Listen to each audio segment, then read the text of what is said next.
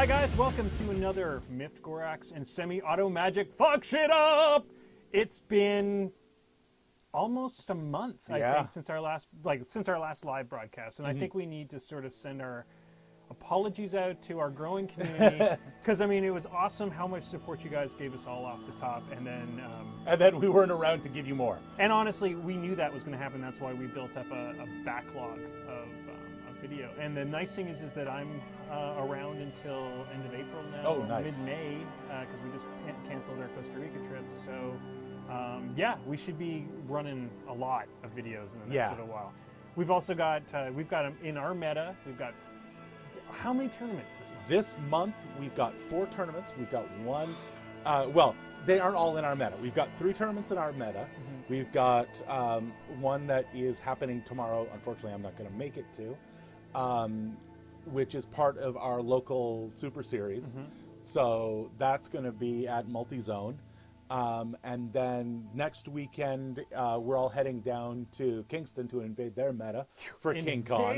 There's like, I think there's 10 of us. I think there's 10 people going. 10, and there's only like 26 people registered for the entire event. So yeah, so if it's 50% Ottawa, we're sorry. Yeah. Or we love it, one way or the other. Yeah. I mean, the thing is, I think we like playing in the Kingston meta because the Kingston meta, you see more Menoth, you see stuff you don't see here. We are so blight heavy in our meta right now, and we've just gained 2 new players in our even tinier meta, in our Elmont meta, as we like to call it, and they're both playing Everblade. It's fucking ridiculous. Yeah, and then the weekend after that, we've got the next one at, I think it's at Kessel Run. And then the weekend after that, there's a really large one that I'm actually running at Geek Market that is going to be 3 events, 1 each day. Yeah. We're going to do the old Mark 1 grind, except that I've updated it for Mark 2. Which would be very cool. We played grind on the stream. I don't think we played grind on the stream, but we have played grind a little bit. Yeah. And then we're going to do a master, so everybody can try out ADR on the Saturday, and then we're going to do a spell draft on Sunday.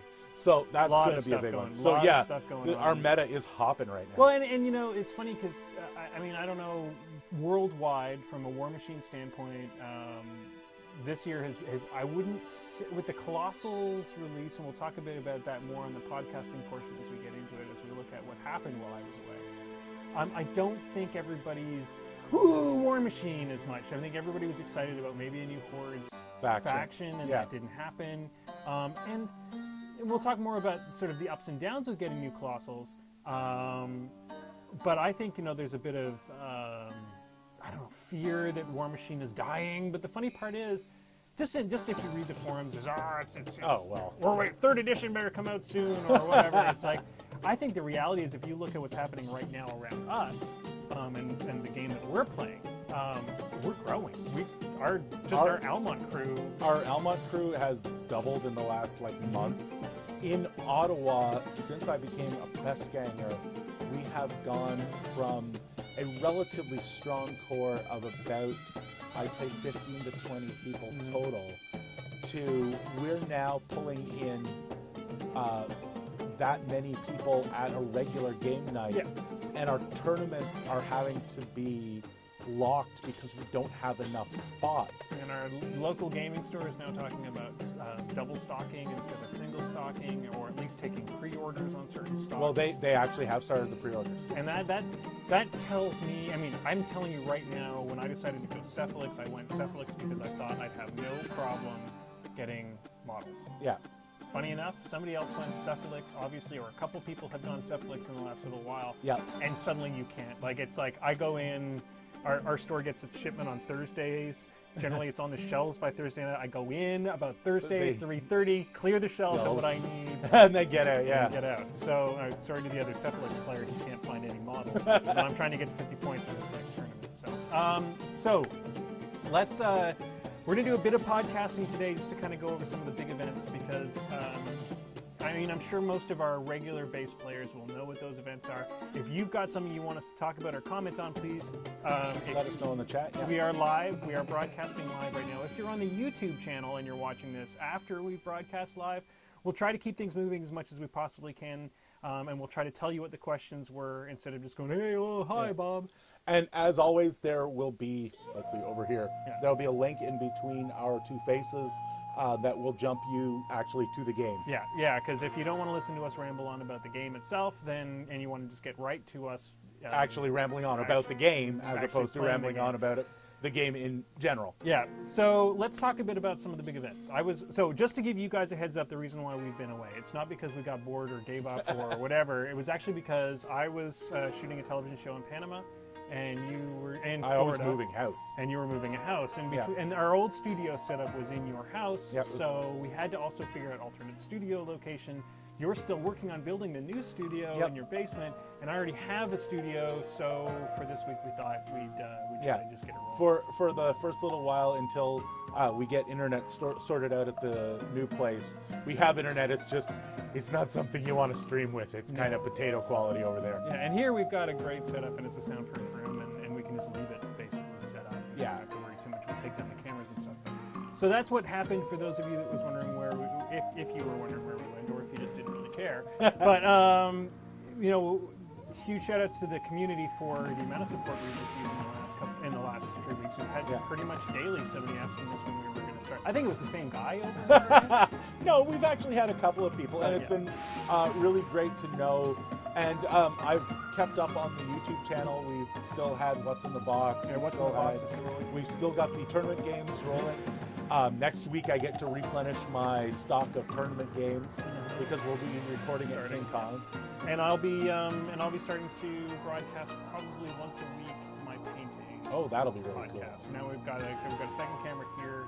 I might actually set it up with a 2-camera setup depending on I don't think we can get that running through the Mac, so you had to run it through the PC. Yeah, but we've got the 2 webcams that you can do a 2-cam setup. We'll probably try getting both webcams set up so that you can see my face and see what I'm painting. I'm not like the dude who just started broadcasting his painting this week, who's a fantastic painter. Dang it, I wish I could sat and watched his cast the other day. I'm not one of those painters, but I am a learning painter and just getting above tabletop now, and I'm going to start competing this year. So it'll be another great opportunity for non-painters to see how to get started, the basics. Yeah. Because you'll find that when you watch a lot of the painting broadcasts out there, they're starting from a place here and not starting from a place down here. And I can sort of run you through this through the middle part. And I'm also got reviews starting to go in the works. The first thing that we're going to take a look at is laser printable decals that you can use. Cool. So if you're doing Warjacks and you want to do like the 5th Regiment for Kador, and you want to have all the 5th Regiment badges on your jacks, what you can do is you can laser print them on this material and then do water slide transfers. And what I'll do is I'll go through, because I did it for my Convergence Aperture force, what I'll do is I'll go through how I got the art, how I printed it out, and how I attached it to the models. We'll do the whole thing. That's awesome. Do a little bit about water slides as well. Sweet.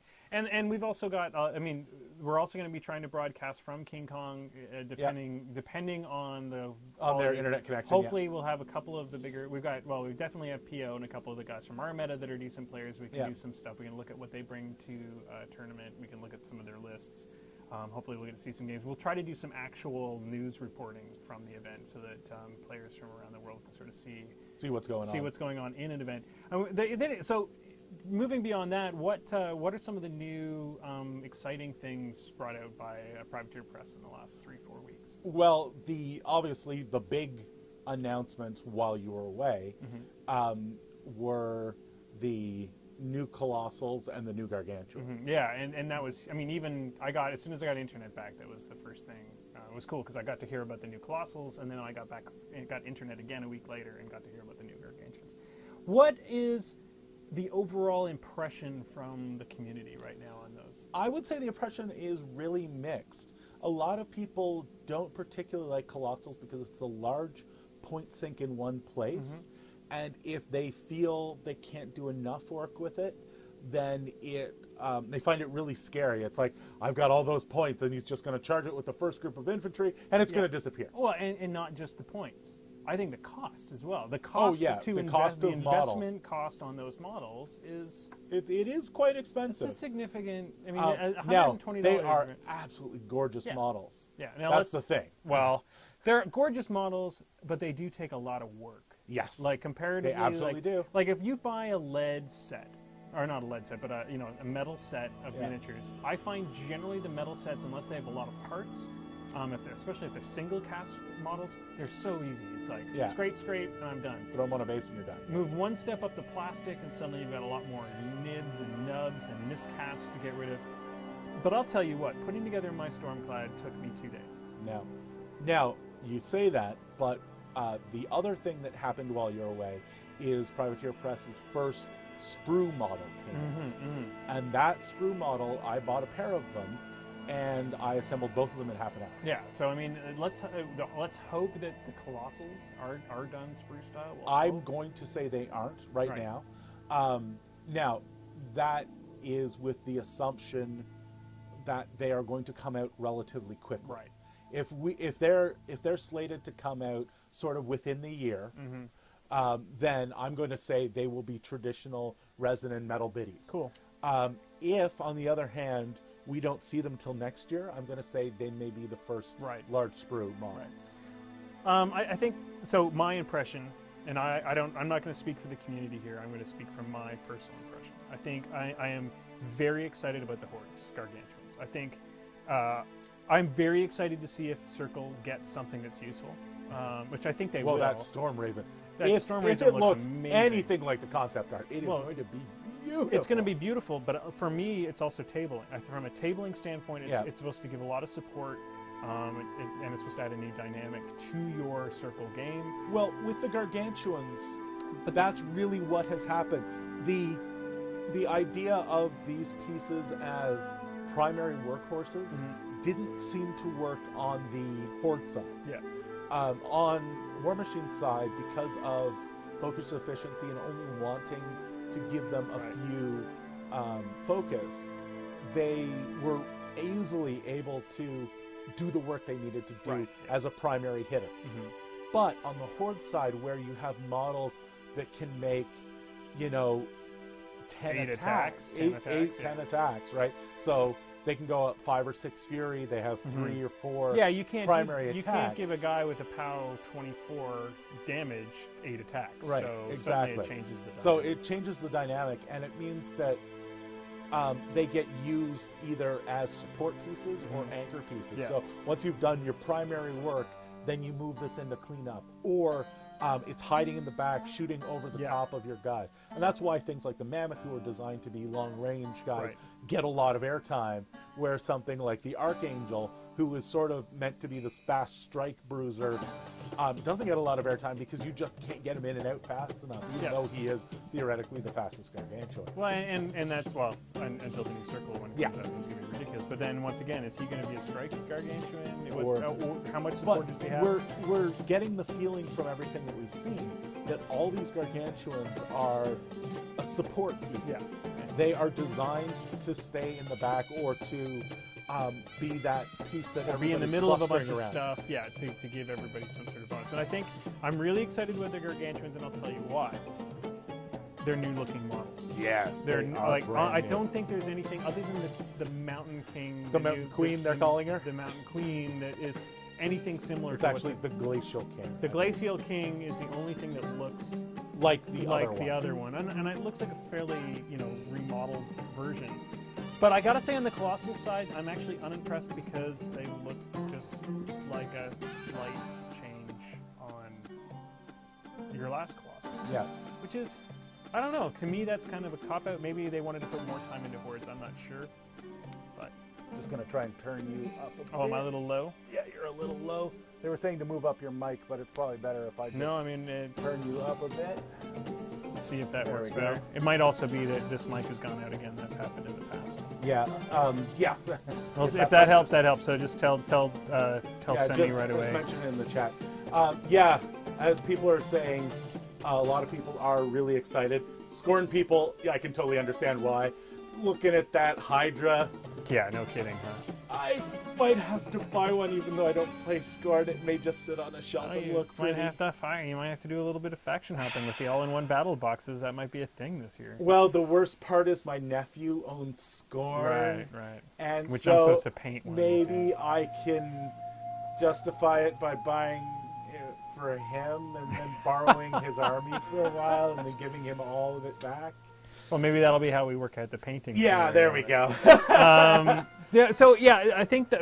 I think the Gargantuans are excited about. I'm excited about having Colossals that are support pieces, which is kind of cool. The idea of now having a Colossal who's not just there to go stand back, then run up front and be a beat stick.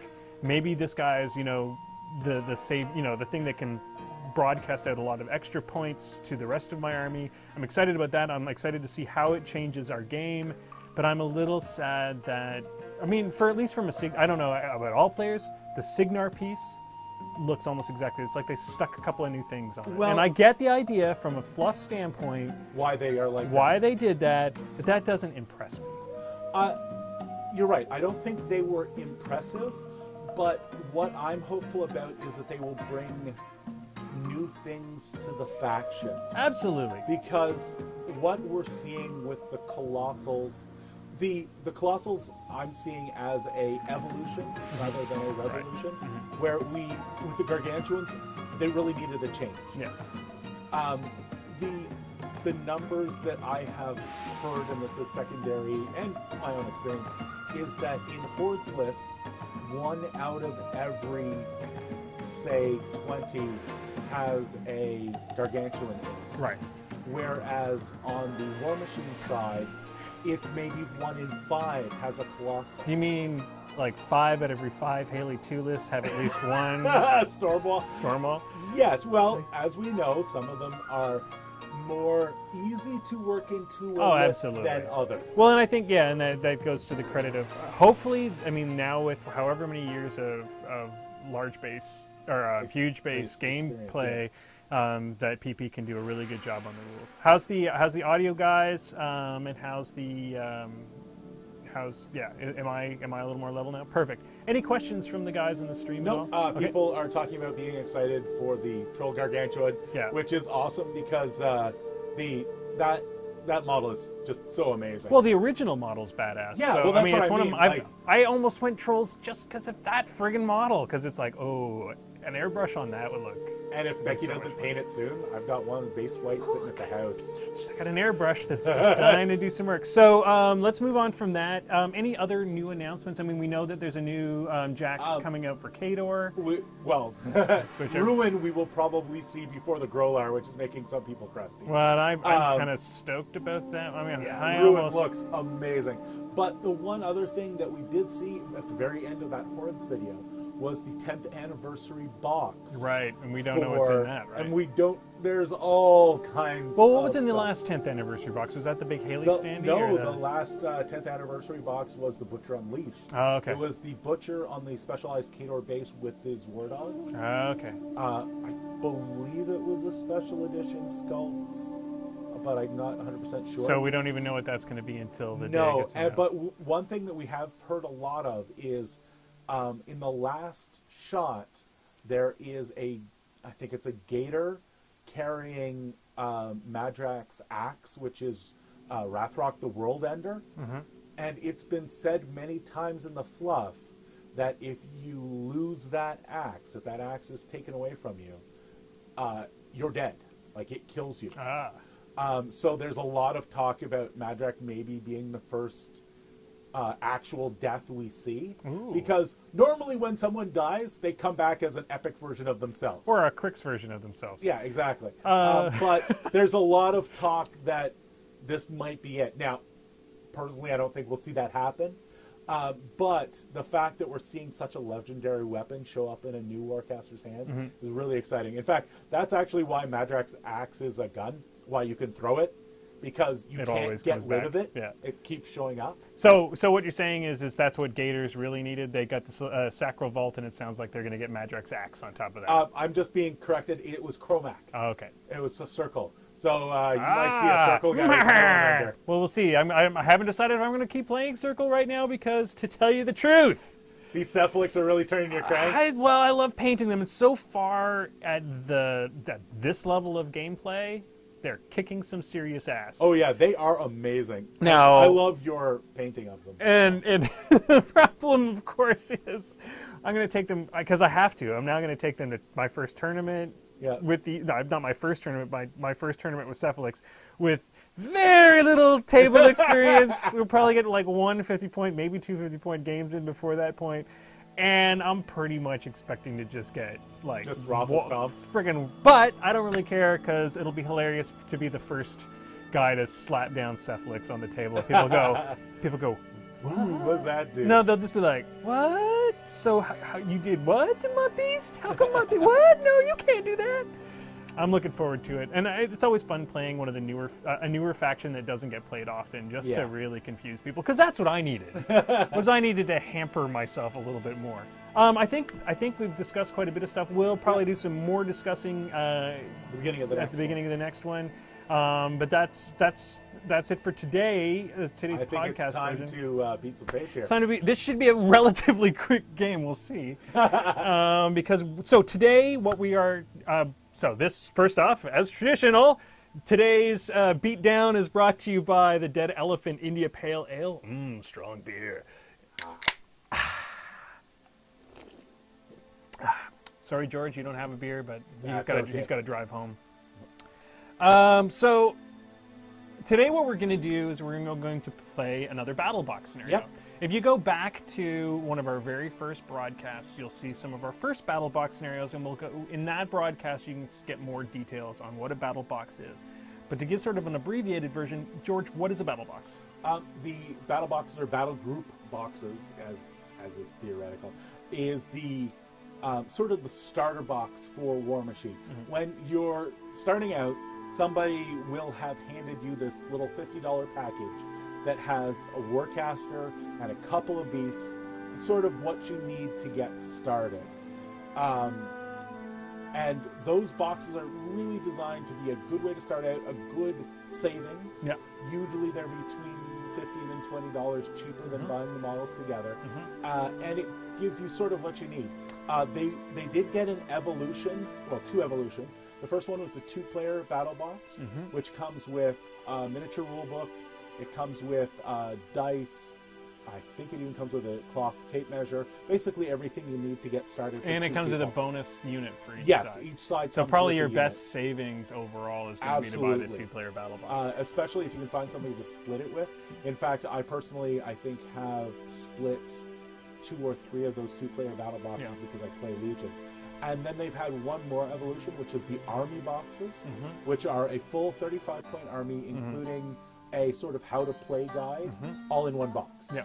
So those are the battle boxes, and then there's also the alternate battle boxes. And if you go to the Journeyman League rules, which is on the PP website, and what we're playing through right now in our local meta is a Journeyman League, and we've just been ruffle stomped by one dude who was on mat league. Call out to Trent. Crawl out to Trent, because dude, you friggin' showed us all. I'm like, I'll go away for 2 weeks, but I'll just paint to win when I get back. I get back and it's like, dude, I can't. There's no way. This is my 846 points of painting. Yeah, it's and like, I've been playing 6 games a week because I'm on that. It's like, and I'm like, because I honestly thought I'd just come back and just paint, you know, for 4 weeks and have no problem winning the painting badge. And it's like, dude, you stopped us so bad. Anyway, so if you go to that, you'll see that they have alternate battle box suggestions. What the alternate battle box suggestions allow you to do during a Journeyman League, in my opinion anyway, is really spread it out. So it's not just the 4 main battle boxes versus the 4 main battle boxes. So what are some of the alternate battle boxes that are out there, and describe yours? All the different factions have at least one alternate set. It's usually a caster that has a different trick or a different idea than the primary caster in the faction.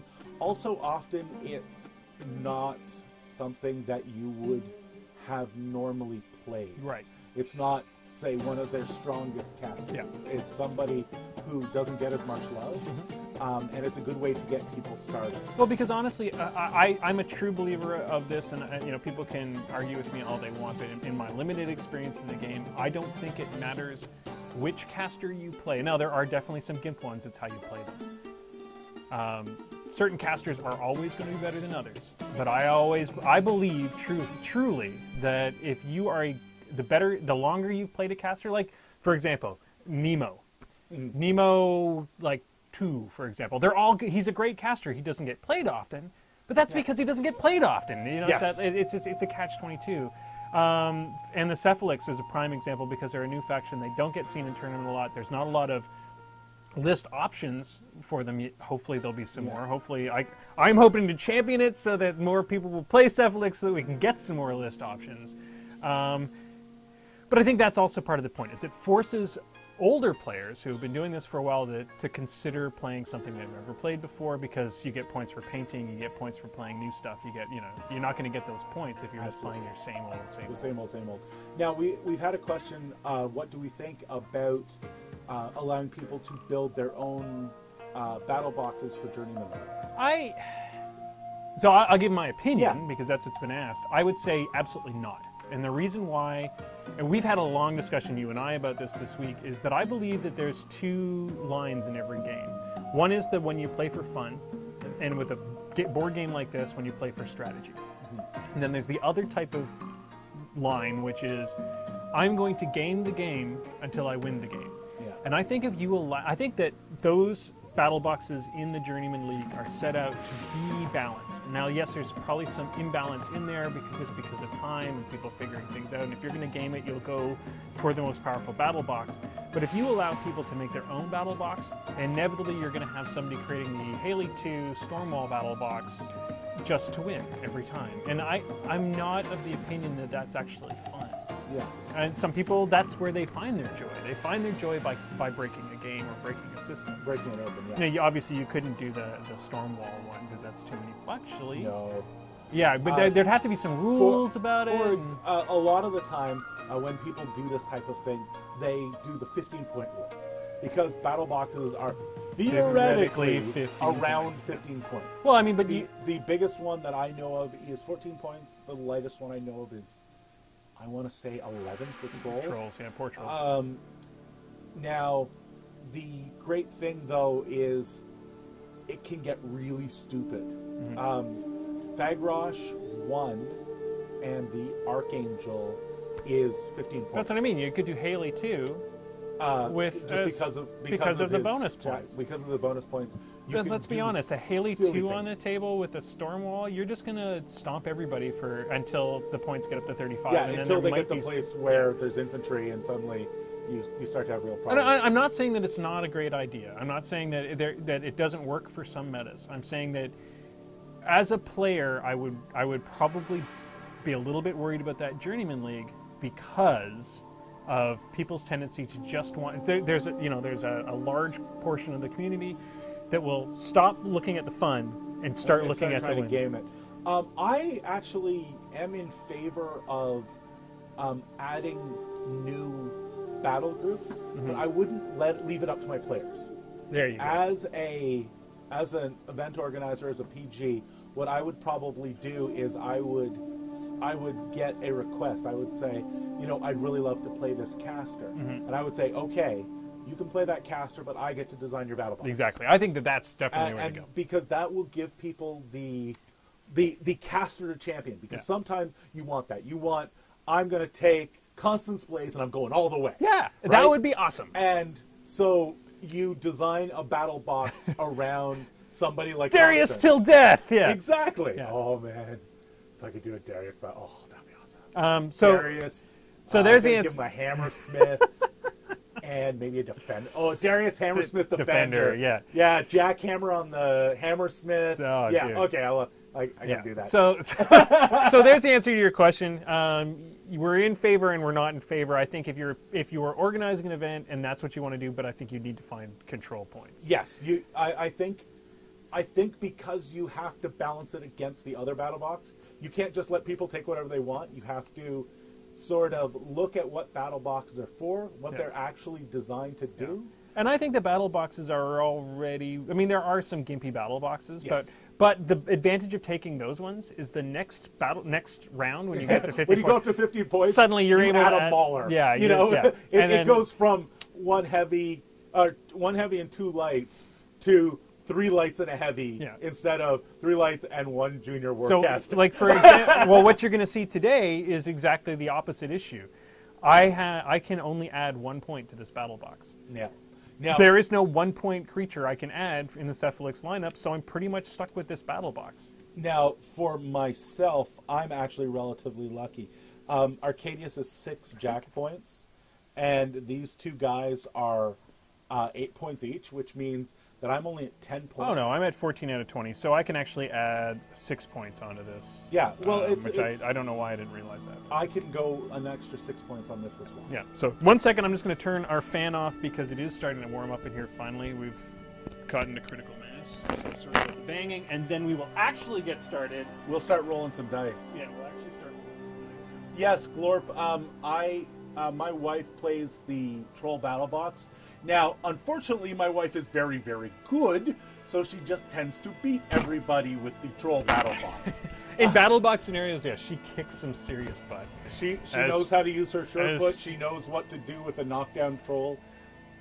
I would say in the hands of a competent player, the Troll Battle Box is a bit of a beast. Oh, it is. In the right hand. It really, when you pick up the cards, you're like, what is this shit?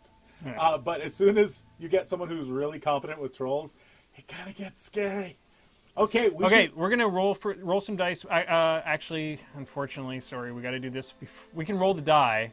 We're gonna stay on the same sides, but we'll just decide who goes first and second. I got a 3. 2 and a 3. It's up to you.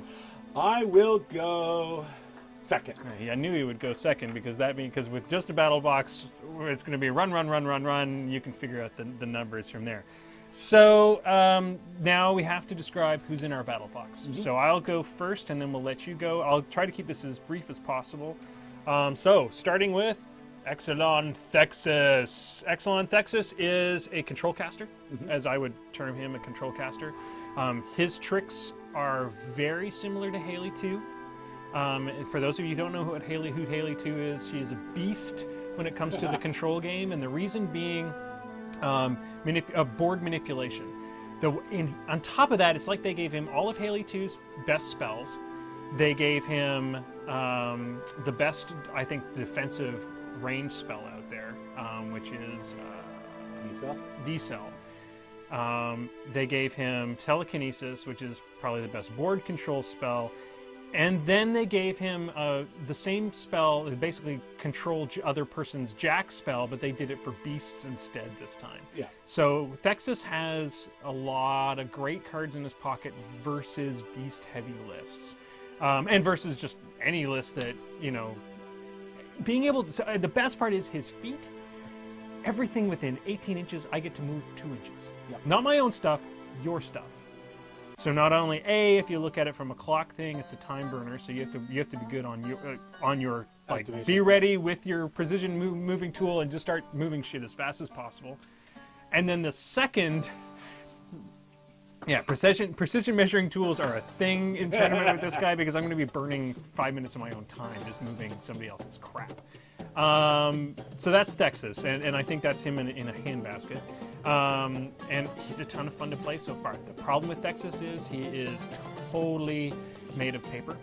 The nice thing is that he has sack pawn, basically a sack pawn, but on his beasts, which are on his monstrosities. So secondly, I'm running 2 monstrosities. They are both they're from the same kit. So if you're planning on making this, you just buy 2 monstrosity kits. The first one is the Subduer, who is this dude. My buddy John likes to refer to these guys as vagina backs because they look like that. Subduer's main thing is that he is full of nasty because he has a drag. So his ranged weapon, it's a drag knockdown on top of all of that. So not only do I get to shoot a 3-inch AoE at you, and anything caught under the 3-inch AoE gets knocked down, but then if I hit the target that I aimed at, I get to pull him towards me. Now, does your drag trigger on hit? There are 3 different drags that we've normally seen. It's called catch. Mm-hmm. This weapon directly hits an enemy model with an equal or smaller base. Immediately after the attack is resolved, the model directly hit can be pushed any distance directly towards the model. So once again, it also allows me, if I don't want to drag you all the way to me, I can stop. I can drop you at any time. It is right so far. As long as I can, I haven't lost a game as long as I can get that going. Now against our larger, I think I played a larger list against you, but it was, you know, it was your regular army, and you were prepared for that type of shenanigans. But in a battle box scenario, it's ridiculous. Yeah. So the second guy from the kit is the Wrecker, and this guy is just designed to eat faces. So he's a chain attack, which means I can ignore intervening models and shields. It's a reach attack because of said chain, and it does POW 17. And once you start adding in the other Cephalyx models, that 17 gets boosted to 19 most of the time, and it's ridiculous. It just beats up stuff. And he gets a third attack if he hits with his first two. So yay, because that's what he needed, is one more POW 17 attack in his rush. Yeah. So that's it. That is the Cephalyx battle box. What do you bring into the game? On the other side, we have the Good Doctor. So we've got Dr. Arcadius. Let's see if the camera can pick him up. The Good Doctor is a beast caster. He has his whole thing that he does is do horrible, horrible things to Pharaoh and make them kill all the things. His feat actually just causes all of the beasts in his battle group to frenzy. That's what it does. It can frenzy this turn, and it has no effect on whether they can activate before or afterwards. So basically it gives you a free boosted attack, a free double boosted attack, and a free movement or charge. Yeah. Because they will always try and run towards the nearest bad guy. Yeah. So it basically gives me their movement +3 anytime I want, as well as an extra attack. Yep. Which is great. He also has a very strange weapon. It's a melee weapon that when it hits a living model, and it can do one of 3 things. It can either make the model stationary, it can make the model unable to cast spells, upkeep spells, or use an animus, and this third thing is awesome. It's the mind control serum. So just like you can do a mind control, I can't do it at range, so I have to run up to you and do the mind control. But it's the same thing as any standard mind control. You can make one movement and one attack. Yeah. At the end of the movement. I think my mind control I can when you get into the other agitators that I have. I think it's the agitators, the dominators, one of them. Anyway, they can only do it with warrior models, but yeah, it's a badass thing to be able to do. There's nothing worse than it that really screws with your line when all of a sudden somebody turns around and your own guy turns around and punches you in the face. As with all good syringes, he has puncture, so it does 1 damage. I think it's called needle in this case. And all of his spells are designed around causing beasts to get better or causing the opponent to get worse. So he's got Aggravator, which gives all the beasts in his battle group hyper-aggressive. So every time they're shot, they move more quickly. It's a spell I will not be casting because of all your shooting. Crippling Grasp, which everybody knows from Denegra, -2 speed, strength, defense, and armor, and cannot run or make special attacks. And it's upkeepable because you don't want that unit to ever run at you.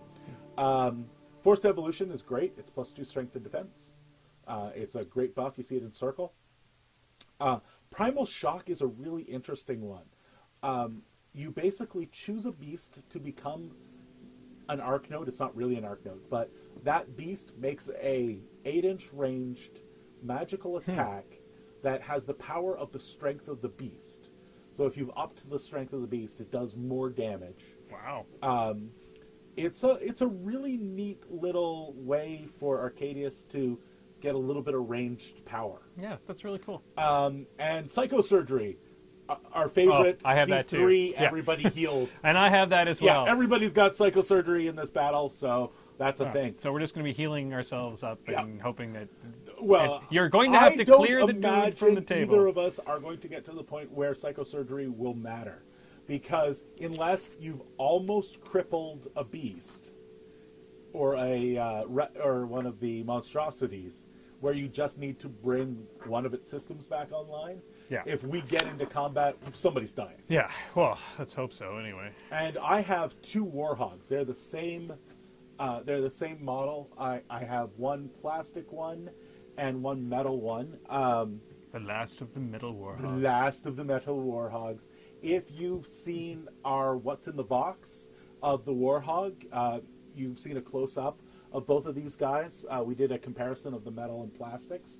So if you have any idea or any questions about those guys, you can go check that video. It's on our YouTube channel, which you can see underneath us in the Twitch. There's a link to the YouTube channel.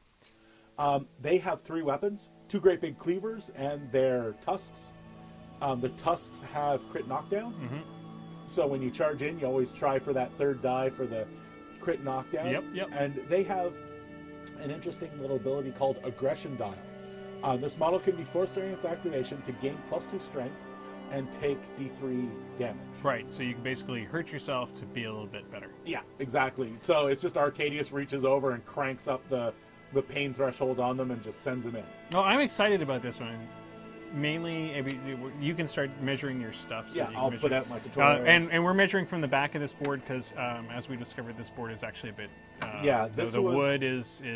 This was one of our early prototype boards. Yeah. And the inner surface is the outer surface is 4 foot instead of the inner surface being 4 foot. So we're measuring from the outside for deployment. So if you're wondering why we're doing that, that's why.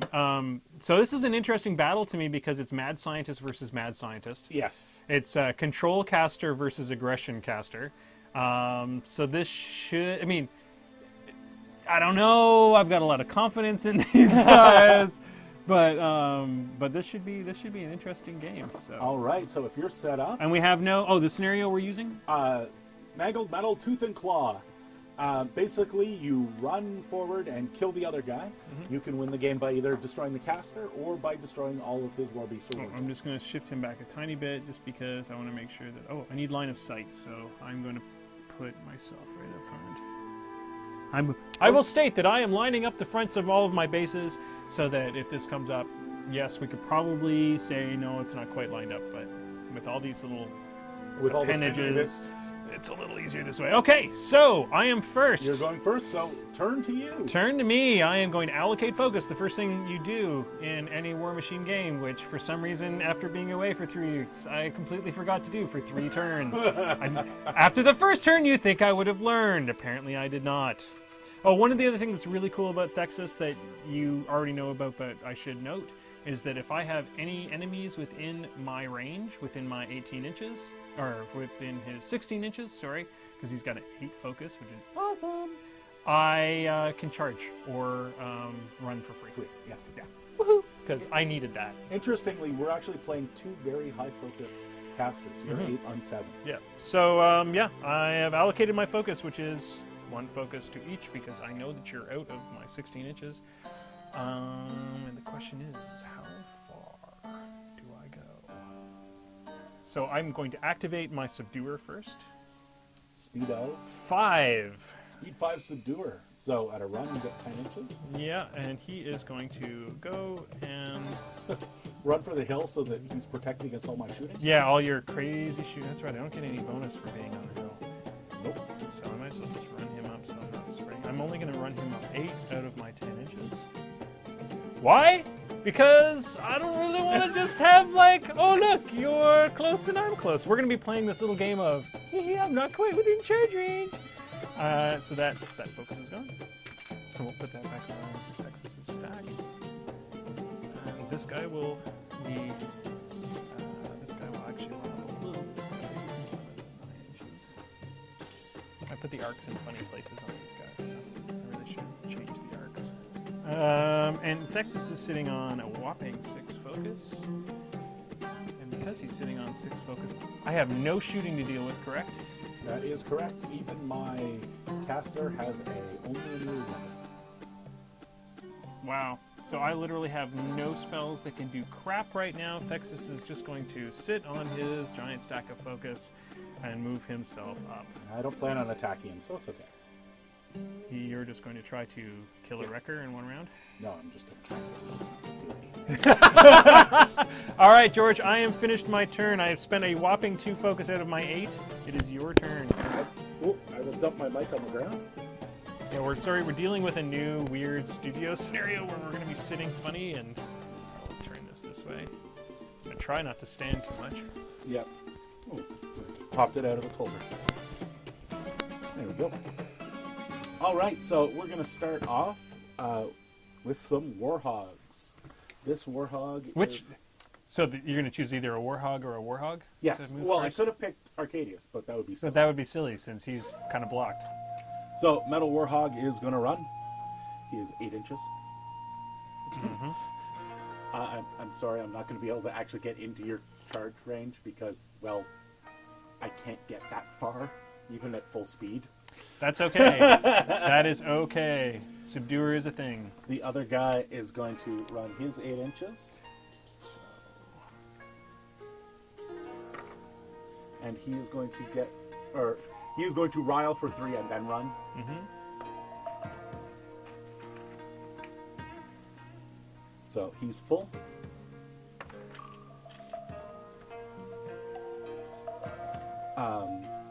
Arcadius is just going to walk up. It's sad that he walks almost as far as they ran. He is going to cast some spells. He is going to put Forced Evolution on the... And this is an upkeep spell? Yep. Cool. See, I don't have those. Forced Evolution on the Metal Piggy. For... Upkeep. Who needs an upkeep spell? Forced Evolution is 2. And he is going to put up Aggravator for 3. That's the thing that gives them hyper aggressive, so that when you shoot that knockdown gun at me, I can run at you. Oh, I forgot to bring my marker over. Well, I'll just have to borrow you this one time. And I will sit on my 2. So that's going to do a what? A knockdown to me if I... No, when you... I'll read it for you. When a model with hyper aggressive suffers damage from an enemy attack anytime except while advancing, after the attack is resolved, they can immediately make a full advance directly towards the attacking model. Ah, cool. So, if your weapon happens to damage me, or I think a spell. Yeah, it's an enemy attack. Enemy attack. So that means if I do damage to you, you get to move towards me. It doesn't give you a free attack or anything. Nope. It just puts you right in my face. When you're speed 4, you'll take whatever you can get. No, that makes sense. And yeah, in this case, with this particular fight, it's probably not going to be an element. So you're done. Yep. I'm going to measure my control range, which is an epic 16. And you're going to come up short. Yeah, that's fine. I'm just trying to do some math here. So what I'm actually doing, just to explain to people in the cast, which is probably a bad idea for, I probably wouldn't do that in a tournament setting because George could totally use it to his advantage, is I'm trying to figure out, I know that with the Subduer, with his speed 5 and his net launcher being 11, I need to... It's an 11? No, it's 6, okay. which comes to 11. Whew. My threat radius with that nastiness is 11, which means I need to figure out how to get myself within 11 inches of you before I activate. And the reason why is because I have telekinesis, I can move myself, technically I can move myself an extra 2 inches. So the question being when I'm doing this measurement with the nice thing with 16 inches is I can figure out, okay, so... If, for example, your measurement is 16 inches, we know that your threat range with that guy is 13 inches. Yeah. So if that was your full 16 inches, I couldn't actually see the tape, but if that's your full 16 inches, then we know that you're going to come about 5 inches short. Yeah. So in this particular... it's not worth it this not at turn all. to try and in fact, what's fire. Probably the smartest thing I could do in this turn is play possum, which is I am going to not move, and because you can't do anything to me until you get within range. You're looking at your maximum. I'm hoping that your maximum charge distance is going to be 4 plus 3. It's 7. No, you can't charge me in this case. Mm-hmm. The best you're going to be able to do is find some way to move yourself a little bit and then maybe get up to me and avoid taking the net to the face. But in this case, I almost want to move back an inch. But that would just be mean. So it would just draw out the game, is what. Yeah, it would draw out the game. But if this was a tournament situation, it would be a completely different thing. So I'm actually going to. I think I'm going to camp my 8 focus because there is not a whole hell of a lot I can do defensively at this point. The only person with ranged is Arcadius, isn't he? He doesn't even have a range. Literally, there is no ranged weapon. Okay, so I'm done. I am camping for. I have done this amazing thing. It's the most genius. Actually, to be honest, it's probably the most smartest thing I've done in this game in a long time. So you're going to activate all of your guys and have them move 0? I activate them all, and I choose not to move with them. Yes, they aim, but then they don't shoot. So, but they have no guns, so it's okay. So I moved 0. So and as we learned, I don't want you to countercharge me for some reason because you don't have one. But I am aiming and then not shooting. Yep. The reason that we're talking about that is a little known thing, and this will prepare all of you for you not getting hit by this. Moving 0, i.e. not picking up your model at all, is still a movement. You've just moved 0. So the only way to not move, to not end your movement, is to actually use your movement for something else. In this case, he's sacking his movement to gain the aiming bonus. Now, he's not using that aiming bonus that he has gained, but he is sacrificing it. Therefore, he could not trigger admonition, old witch's feet, harbinger's feet. Anything that would require you to end your movement never happens. Yeah, and the reality is this is a sportsmanship question, and I'm going to come down on all the jerks out there that are going to use this. Yeah. The reality is that's a jerk move. If you're resorting to knowing a rule that somebody else doesn't know to win a game, that's a jerk move. It totally is. If you're going to if you don't want to be a douche and hated by everybody in the general community, explain that you plan on using that as a thing, because nobody plays that way. No. If I move 0, you'd be like, okay, I don't get countercharge. Yeah. That's just friggin' logical. But if you're a douche and you want to use that to win a game, then at least do the person against you the favor of warning them a few times. Yeah. That's the thing. It should always be a warned thing. It's still I play this way, and you better play this way, because if you forget once, I'm going to use it against. Yeah, and that's one of those, like, I would never do that unless somebody was a douche to me off the top. Anyway, George, it's your turn. I just want to give a shout out to Manoff John. Thanks. Hey, Manoff John. Hey, Ron. Hey, Ron. I don't have a drink, unfortunately. Yeah. No, it was all right. I just watched Manoff John's last cast. It was fantastic. So I am going to leech on my fury back. Yep, of course. Brings me back up to 7. Mm-hmm. And I am going to spend 1 to upkeep Forced Evolution. Yep. You know what? I think I might let the thing that moves when I get shot at drop off. You might want to, because I might be happy that you got moved. All right, now we're going to try and do the pig trick. And as everybody who's played this battle box will know, pigs have exactly 1 trick, and I'm going to attempt to make it happen now.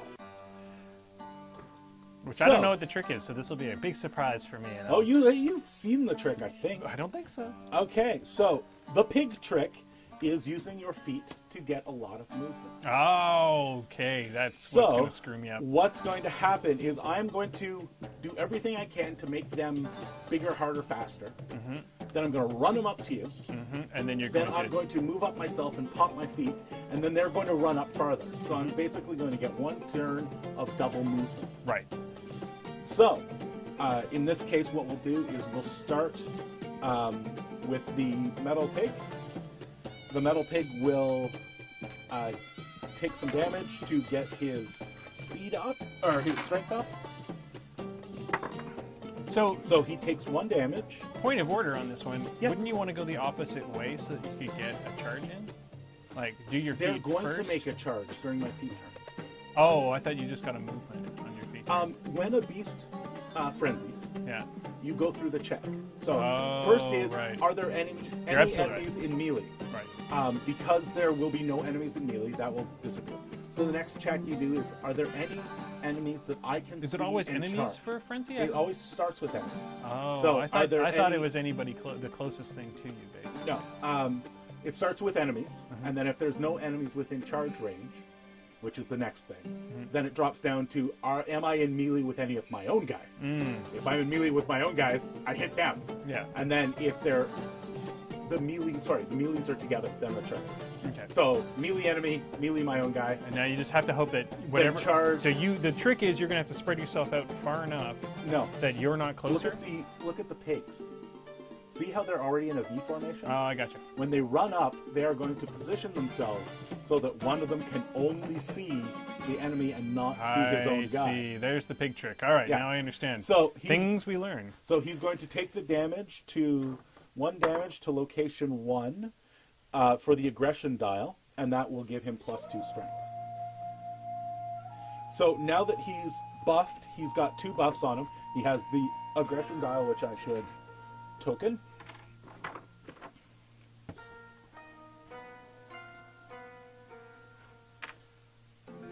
So he's got aggression dial, and he's got forced evolution. Forced evolution giving him +2 strength and defense. Fantastic. And he is going to do... And that's for a full round, I'm guessing? No, that's the upkeep. Okay. Yeah, right. So. And then he's going to get 1 to run.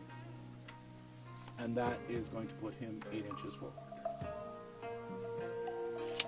Now, here's the thing. I still don't know if I'm in range. I might not be. Yeah, I think you're in charge range now. You got 7 inches. Well, I mean, hey, but we'll find out. We'll find out in a second. You don't have reach on those things, and so you're going to basically turn your back on your other pig to make this work. Yeah. So that because I don't have his base marked through his arms, we know that, or through his shoulders, so we know that the only people that he can currently see is Exelon and the other wrecker. Well, that makes sense. So I want to, and I will, because you stated that that's what you're doing. This is an important point of order, especially in the way that we play, and I think we should try to encourage as much of the community to play this as possible. If you state something like, I am turning this model this way so that it has this effect, you should honor that. Like, I'll honor that. Now, yes, if it comes into question like, hey, wait a second, dude, then that means I'm out too. Exactly. And then you could question it, but I think as long as you stated that that was your intent, we will honor said intent. So, he's done. The next thing we're going to do is we're going to go with this other guy. So he's going to get aggression dialed as well. He is going to take 3 damage to the 4.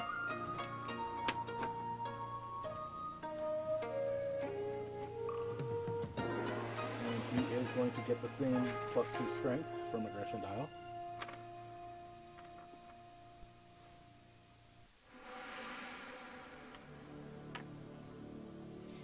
And he is also going to run.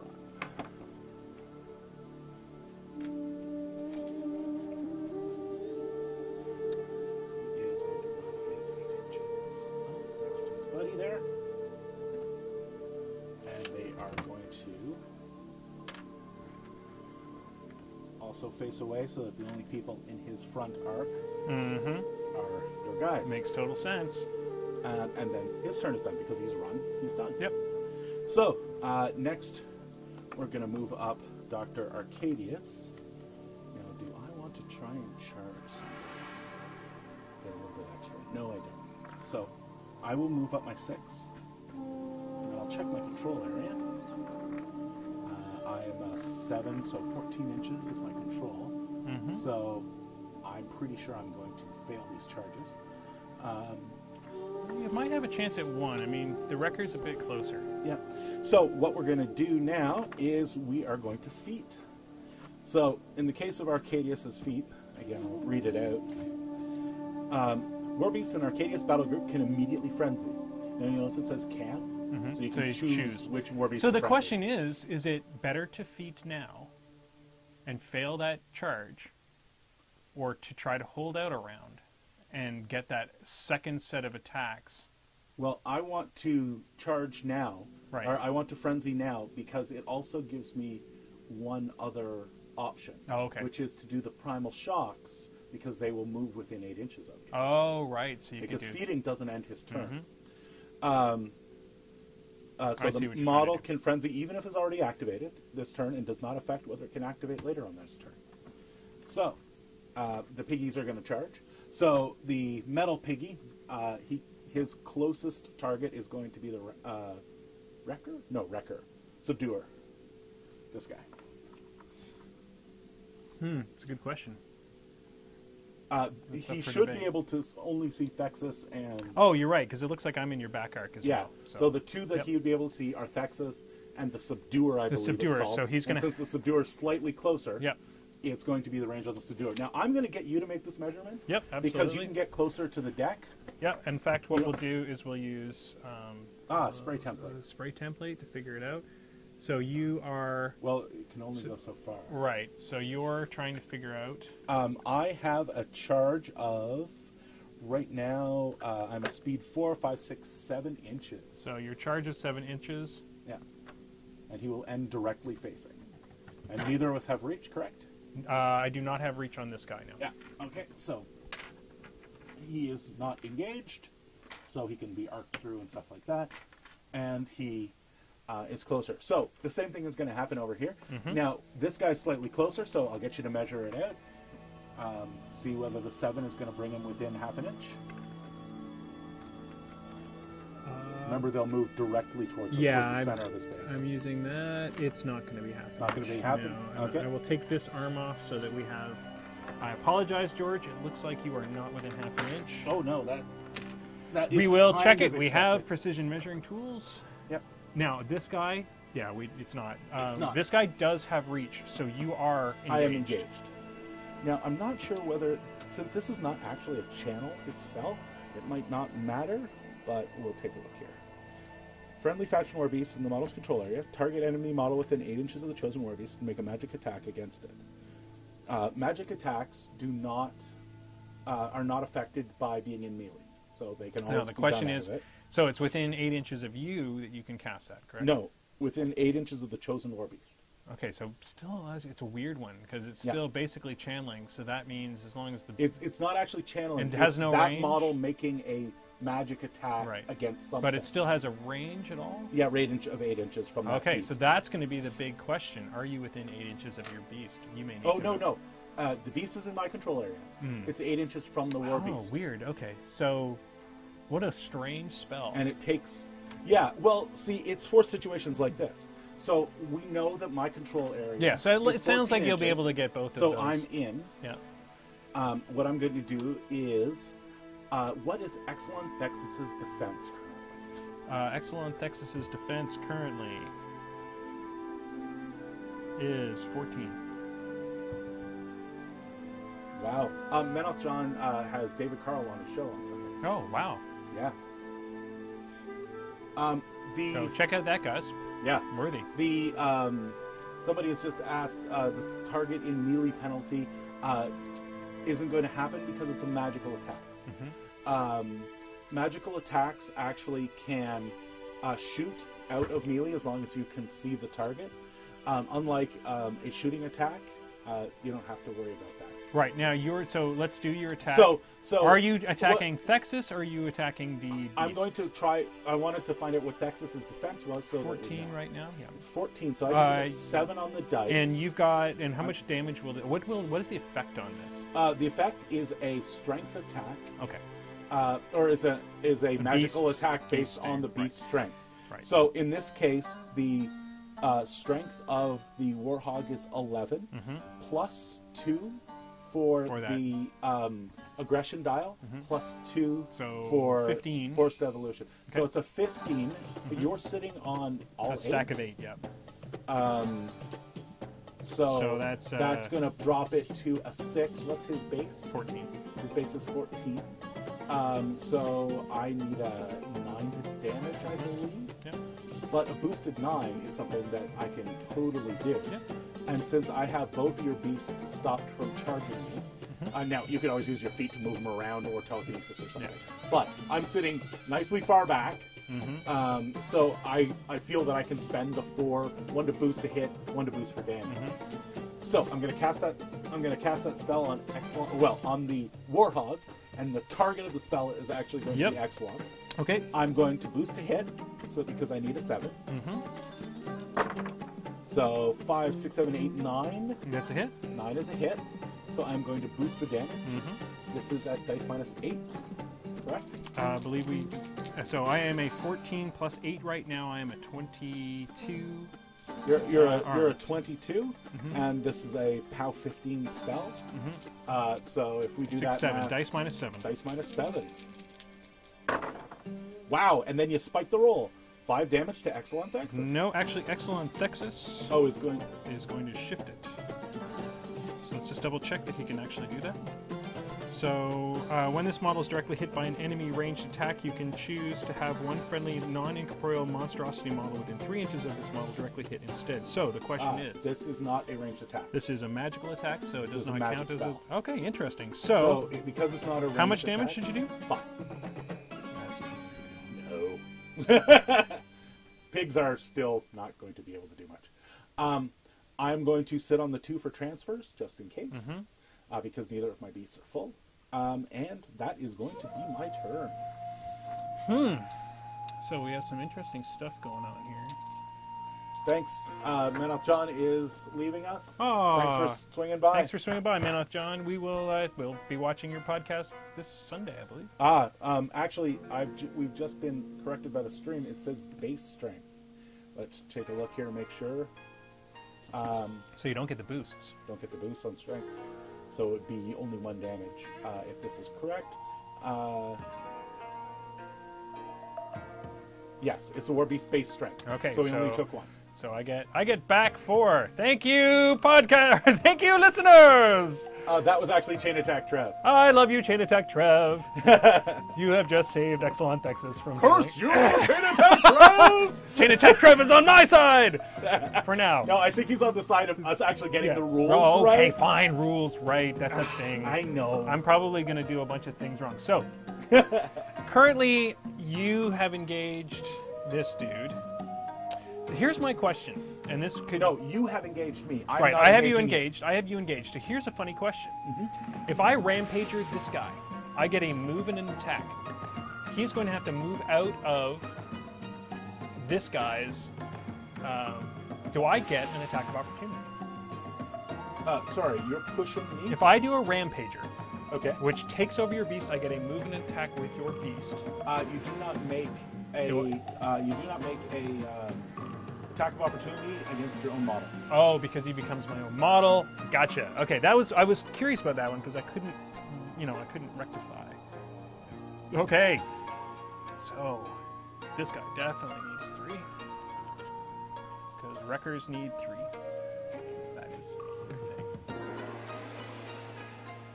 That guy is completely not engaged, so I could move to there. Thank you, AU Gamers Fury. The audio and video was out of sync because I forgot to add the delay to our video. Did you add that?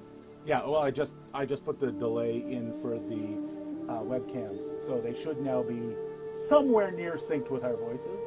I'm also just going to confirm that the regular audio is, yep, the mic off sync is fine.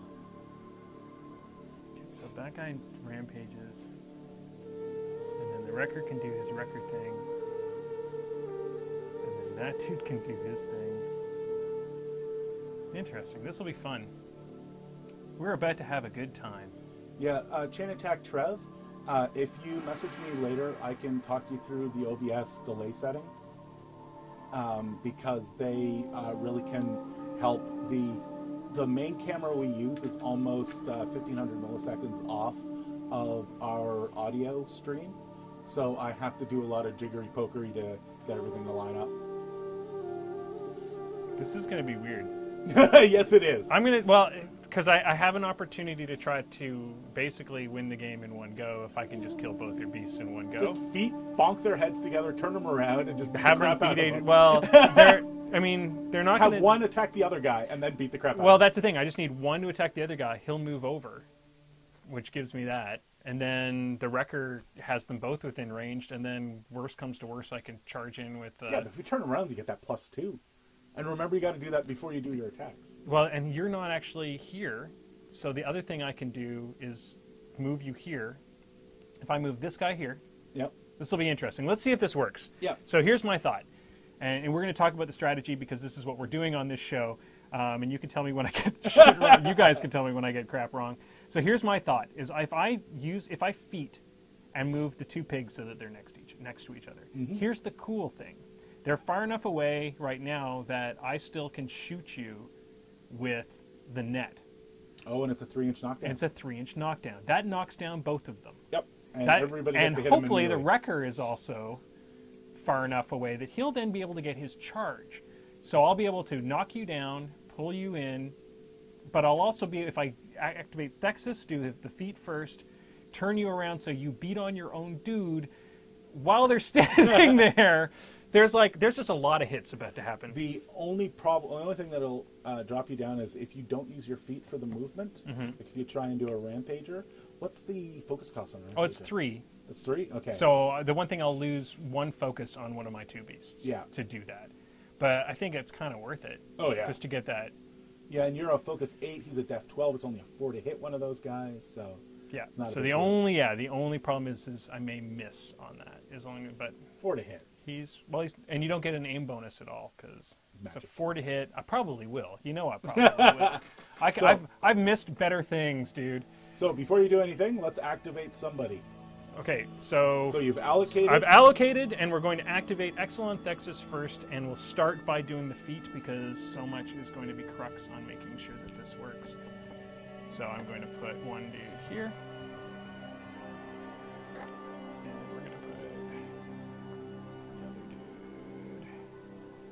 Here. Now, do you have to change the facing or just move them? That's a good question. Let's look that up. I would guess if it's a telekinesis style, then you'll get telekinetic style. Telekinetic tide. Okay. What's the wording?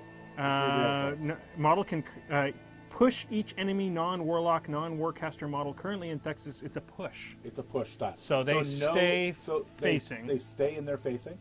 But you have them currently so that they're lined up. They can see each other. They had to be facing when they finished their charge. Yeah, they had to be facing. So I don't have to worry about that whole V formation problem anymore. Nope. Everybody is nicely in my little charge radius. We're going to do... so let's see if Thexus's spell goes off, because that's the next thing, and it's kind of cool. I've just been excited to actually use this spell. Okay, so you're going to spend however many focus? I am spending 3 focus. Okay. Now select your target. I am casting a Rampager, and we're going to cast it on this dude. So you're casting it on the plastic pig. Yep. What's the range on Rampager? Range on 10. Oh, you got lots. I'm well within my own range. I'm well within the range for it. So he's a defense 12. He's not engaged. So I need a 4 to hit you. So 4 to hit. That'll hit. Yeah. So I now get a full move and an attack. So what I'm actually going to do is I'm going to move you back, and this is to make sure that I get the charge if I need it. You won't get into the back arc because, of course, that of course is fine. What I'm trying to do is make sure I have that more than 3 inches. So this little piggy is a mat 6, and his friend is a def 12, so 6 is to hit. 1 normal attack with it, 6 to hit. That's a hit. All right. And it's straight, it's just normal damage. So the weapon, he's got +2 because, he's got like +4 going on right now. No, that's the metal guy. The metal guy's the Oh no! The metal guy was the guy with the +4! There's tokens right next to both of them. I didn't notice. It's alright. Aggression dial for 1 turn. So aggression dial has fallen off. Oh, okay. So it's a 16. Their armor is 18, so dice -2. Dice -2. So you take 5 damage, a respectable 5 to the 5. 5 to the 5 on the metal piggy. 1, 2, 3, 4, 5. Okay. So, if you were correct, it is just a push. So we are going. Now we're going to try this. We're going to activate the big dude, the subduer. The subduer is sacrificing movement for aims, so is currently a mat 7, which means I need 5s to hit you. So I need this to go off. Are you going to boost? Am I going to boost? 5 is relatively safe on 2 dice, but of course, if you want to be certain. Well, the thing is, I have to kill you. You don't have to, but you'll start taking a lot of damage if you don't. Yeah. So I'm probably not going to be able to kill you with the 2 focus that I have and charge the other piggy and kill him unless some crazy spikes happen. So what I'll probably do is I'm going to boost it. Metal piggy is the more damage of the 2. Yes, well, that's what I mean. We're going to boost it. Okay. We need to kill that metal piggy at least to make it through this. And I'll probably end up charging with that guy. Yeah. That's easily a hit. 6, Yep. 7, 8, 9, 10. It's actually a critical, but that doesn't matter. So, so they're now both knocked down? So they're now both knocked down because that's an AoE 3. All models hit. Oh, it's all models hit. Does that mean I need to actually hit the other pig as well? No, a model that is under an AoE is hit. That's right. Okay, so all models hit or knocked down. That's an AoE 3, so they're both knocked down. And I am going to drag you to me. Is it all models or just the directly hit model? Just I can only drag the directly hit models. Ah, okay. He is dragged to me. We're going to say that they're base to base Sure. because I can't get them base to base because of giant axes. Do you want to flip the piggy around and do the butt attack? No, it's fine. Okay. I don't need to butt attack you today. Things I don't like, really need. I don't think I needed to say in public. So you are knocked down. That means it's an automatic hit, correct? Automatic hit in melee. So this is a POW 16. That's correct. And you are a POW 16. I'm an armor 18. Dice minus 2. So attack 1. Oh, and I look spike at the that. damage, and that goes to the 4. That's 11 minus 2, so that's 9 to the 4. 9 to the 4. 1, 2, 4, 5, 6, 7, 8, 9. There's one left in the spirit. Okay, I get to buy my last attack. All right, it's automatically a hit. It's automatically Dice a hit. minus 2. Dice minus 2. Oh, yeah! There you go. 7 to the 6. 7 to the 6. So spirit is now out with 1, 5, 6, and you've taken out his mind. So his mind and spirit are down. He's got he has 5 hit boxes points left. So here's the funny thing. The Wrecker could kill that other pig in 1 charge. Yep. And he can charge for free right now, so I'll get all 6 attacks. It's almost better to leave that guy up, make you psychosurgery him, because he's engaged, he can't get to Texas right now, and charge the Wrecker in and hope to kill you. Well, I wouldn't be so sure if he couldn't get to Texas. Because remember, I just have to stay in your front guard. It's true. It's true. You're absolutely That right. could just But walk remember, around. Texas can throw off. Oh, it's only range damage. Which damage is and it would be minimum 3 melee attacks. So you have 2 choices here. You can bet on your ranged attack and walk him over to the metal piggy, face in such a way that both are in their front arc. Oh, that's right. Because I have. And then I have smash one and smash the other. Because I have reach, so I can move him in between the 2. Yep. And be able. Smash the metal piggy. I and just won't be smash the able. plastic piggy. But I won't be able to charge, correct? Because a direct Why line. would you charge? Because I get it for free. Ah, okay. So it is if a I free charge focus. in a direct line and Problem stop is you're here, gonna have to stop to face. facing. Now you do have to face directly I at can it, move but it. because of your reach, you'll be able to stop 2 inches away. Yeah. So the question is, are you able to see my back arc 2 inches away? My guess is yes, but that's just me. Well, I have to figure that out because I mean this is one of those movement questions that sometimes I don't understand. Oh, so you've got some precision. So for me to move to you, I have to move directly towards you, but I do have to move directly. You can move towards me, but you have to face directly towards me. So it actually probably would help. So if I move to here and face towards you, it would put me on this plane here, which means I could see into your back arc. That looks like it. Now, the only thing I'm going to tell you right now is I'm sure that's not 3 inches. So You're absolutely right. You're absolutely right. So I need to look at So that. if you want the boosted damage for free, then you're probably going to give up the attacks on the metal piggy. Right. So If instead of you- boosting it, in this case, it's probably just better for me to say, Just fuck it, walk let's over move. and put it wherever you want and do the damage. Right. Or I could just go 3 inches, which. Well, 3 inches won't get you anything. Like, Oh, I thought. Oh, it needs to be more than 3, correct? No, it has to be 3 inches. But if you stop, yeah. then you won't have the front All right, arc well, into the metal piggy. So let's you just go. walk over. We're just gonna walk. I Okay. can. Yeah. So Walk over so you can see both of them. You've got reach, so you're able to reach both of them. yeah, let's double check the reach. Oh, you easily got it. Yeah. So we'll hit the metal piggy first because All I right. need to kill him. Metal piggy is knocked down, so it's an automatic hit in melee. We're moving to the Wrecker. The Wrecker is a POW what? So one check. And I want to check the bloodbath. I have to hit. The same Okay, target. I have to hit the same target twice. So you know what I'm going to do, because it's my initial attacks. With that, hit the. I'll hit the plastic guy first, so I can get So that you get all extra. 3. Because this guy with only 5. You should be able to clean up. So currently. So you automatically hit the first one. So let's see your first damage roll. Oh, that's right, because they're knocked both down. knocked I keep down. forgetting. I don't even have to worry about that. So what is the House power? 17. P plus S of 17, so it's dice minus 1. Oh! And we don't spike. We do 2 damage on the first deck, but it 2 hit. to the 2 to the 1. 2 to the 1. All right, second attack. There we go. That's better. That's, So 9 to the no, it's actually, yeah. dice minus 1. It's 9 to the 4. 9 to the 4. I get a free 1, 2, 3, 4, 5, 6, Ah, 7, 8, 9. Bloodbath. It can immediately make 1 melee attack with this weapon against each model in its line of sight that's within the melee range. There you Oh go. my god, and they're both knocked down! So on the plastic piggy first. Plastic piggy first. That is 7 damage To the 6. 7 to the 6. Oh, that is so brutal, 1, dude. 2, I 3, apologize for the 4, bloodbath. 5, 6. So the spirit is out.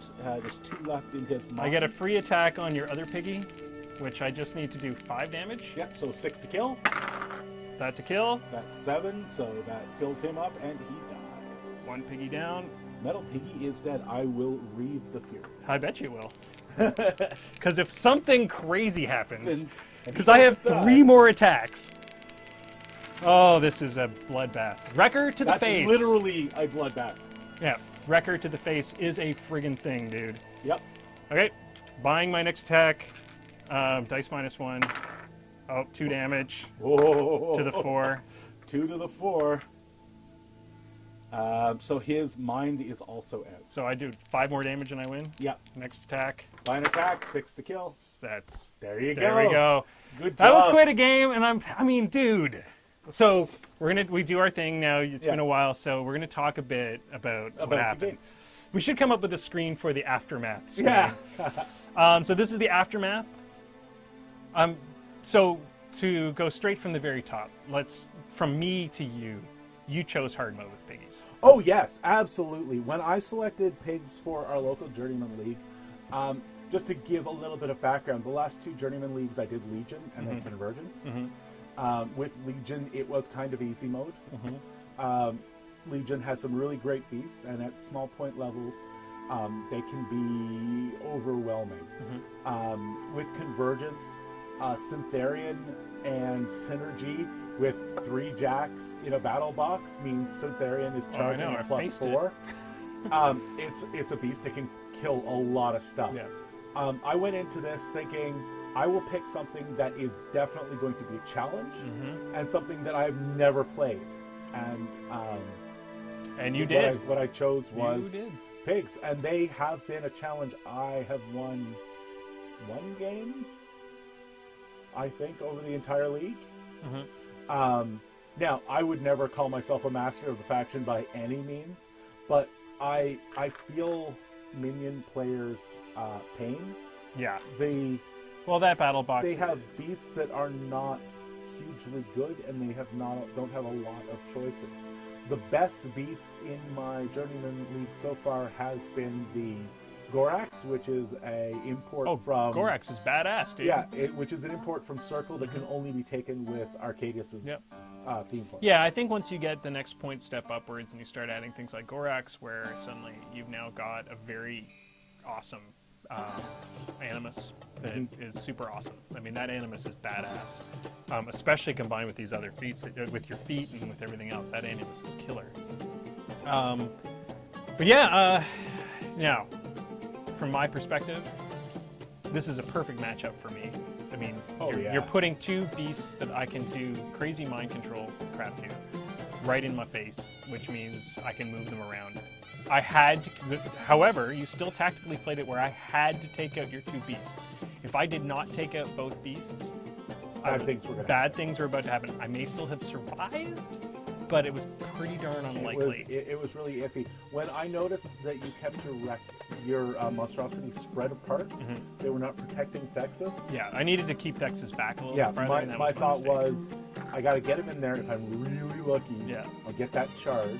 Yeah. But either way, I'll get close enough to throw out a little bit of damage with the spell, and then next turn they go into effects. Well, and you would have had some fun next turn, although you would have had to stand both of your critters up. That would have been a thing, which would have just depleted some of your resources a little bit.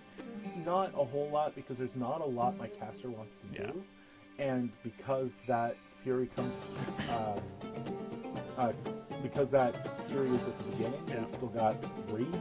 Yeah, this is not, but this is a terrible matchup. I mean, Oh, yeah. When you look at this matchup, you're basically giving Thexus all the advantages, and you don't have any real advantages because we're both beat sticks. My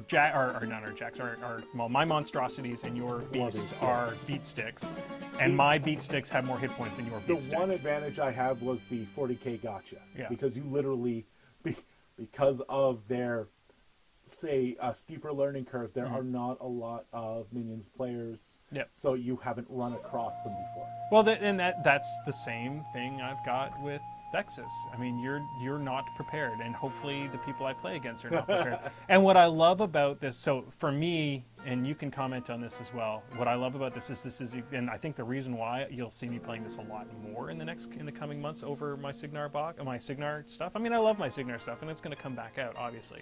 But I'm going to play this for a while until I start losing abhorrently over and over and over again. And the reason why is because it's everything I've ever wanted. It's a giant toolbox with a ton of buffs that is all strategic. And with a caster like Thexus, whose every ability is focused on being able to manipulate the field, just exactly, you and I have talked about what's the perfect thing for me. Other than my love for range shooty, this has it all. Yeah. And bring drudges into the equation, and they're ridiculous. I mean, being able to cast, you'll see them when we bring out the drudges, it's ridiculous. Being able to cast 3 spells and blow up 3 of them around, and I mean, it's anti-infantry, they're amazing. One of the great things about also running Excellent Thexus is you could, of course, pair them with, I don't know, say, Mad Hammer? Double Earthbreaker. Oh yeah, You could tune up Earthbreakers and just. Well, the King Con, I only had to take 1 list, so I'm just going to take Thexus and I'm going to run them all day. And my goal in that one is to learn everything I can about that 50-point list by the end of the day. I guarantee you, I'm going to be rules lawyered. I guarantee you, I'm going to lose a bunch of games. But I am just so enamored with this style of gameplay, I think it will piss off a lot of people. Well, I think it will definitely be something that not a lot of people have seen yet. Yeah. And so it'll really be a learning experience for you. All right, I think we're going to cap this episode off here. And for those of you watching the YouTube stream, remember that we're looking for in this show, we didn't really go into this, is we're looking for your feedback. Watch the stream, find the things that we've done wrong, and post comments in the comment panel. We are active on our YouTube page, and the idea is to go back and forth with you, the audience, to find out where we fucked up. We're here to learn, and we're here to teach. And between those two things, we'll somehow find a middle ground where everybody wins. And for those of you watching the stream, stay tuned. We will be back with another episode right away because it's been so long since we broadcast. We'll just take a 5-minute break to urinate and all those good things.